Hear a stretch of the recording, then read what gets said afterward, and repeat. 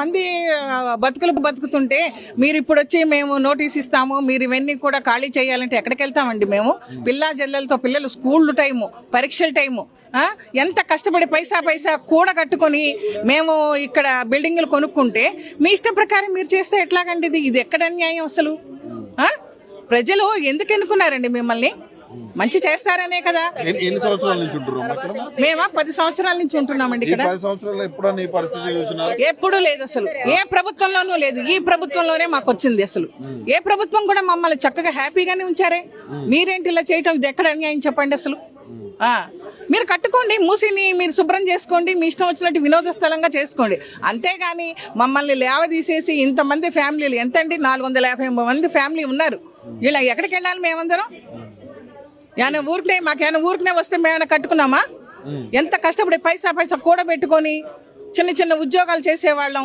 ఎక్కడికి వెళ్తాము? ఇంత కష్టపడి కట్టుకున్నారు, ఇల్లు పోతే పరిస్థితి ఏంటి? మేము రోడ్డును పడాలండి? ఏమైనా మమ్మల్ని ఏమైనా ఆదుకుంటాడు ఆయన? ఏమన్నా చెప్పండి, ఏం ఆదుకుంటాడు? నోట్లో ఉన్న తీసేసి నోట్లో మట్టి కొడుతుంటే మేమేం చేయాలి? ఏమన్నా అర్థం ఉందా అసలు? ప్రభుత్వాన్ని పాలించే ప్రభుత్వాధికారులు ఇలా చేస్తే ఇంక మేము ఎవరికి చెప్పుకోవాలి చెప్పండి? ఏదైనా కష్టం వస్తే ప్రభుత్వానికి చెప్పుకుంటాము. ప్రభుత్వమే ఇలా చేస్తే మేము ఇంకెవరికి చెప్తామండి? కష్టాలు తీరుస్తారనే కదా రేవంత్ రెడ్డి గారిని మేము ఓటేసి గెలిపించుకున్నాము. అలాంటి ఆయనే మాకు ఇలా చేస్తే, అన్యాయం చేస్తే ఇది ఎక్కడ న్యాయం అండి? మన మహిళలకేమో చాలా హెల్ప్ చేస్తాము, మహిళల్ని ఉద్ధరిస్తాము. ఏంటి ఇదేనా ఉద్ధరించేది? ఎంతమంది వృద్ధులు ఉన్నారండి ఇక్కడ, అందరినీ కూడా మీరు ఇలా చేస్తే ఇది ఎక్కడ న్యాయం? ఎక్కడికి పోవాలండి? ఇంతమంది మేము ఎక్కడికి వెళ్ళాలి?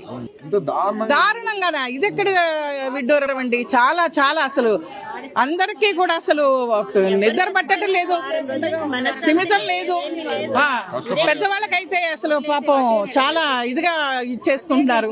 అయ్యో మేము ఎక్కడికి వెళ్ళిపోతామని ఒకళ్ళ కళ్ళ ఉన్న నీరు కారుస్తున్నారు. అసలు ఏమైనా న్యాయం అండి చెప్పండి?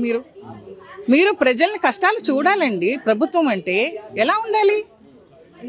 అంతేగాని ఇదంతా మాది పెద్ద కుటుంబం అండి. ఏ రోజు ఎవరం కూడా ఒకళ్ళకొకళ్ళం ఒక మాట అనుకున్నది లేదు. అందరూ యూనిటీగా ఉన్నాం. మేము మధు పార్క్ అంటేనే ఒక యూనిటీ, అంతే. ఏమొస్తుంది ఆయనకి? ఏమొస్తుంది?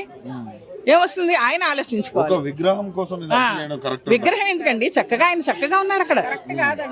గాంధీ మహాత్ముడు అక్కడ చక్కగా ఉన్నారు. నాకు ఇది కావాలని నన్ను అడిగారా మిమ్మల్ని?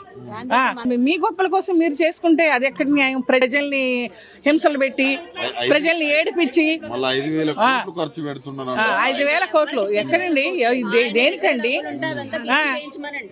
వాళ్ళ ఇంటి దగ్గర పెట్టుకోమనండి తీసుకెళ్లి విగ్రహాన్ని, అంతే.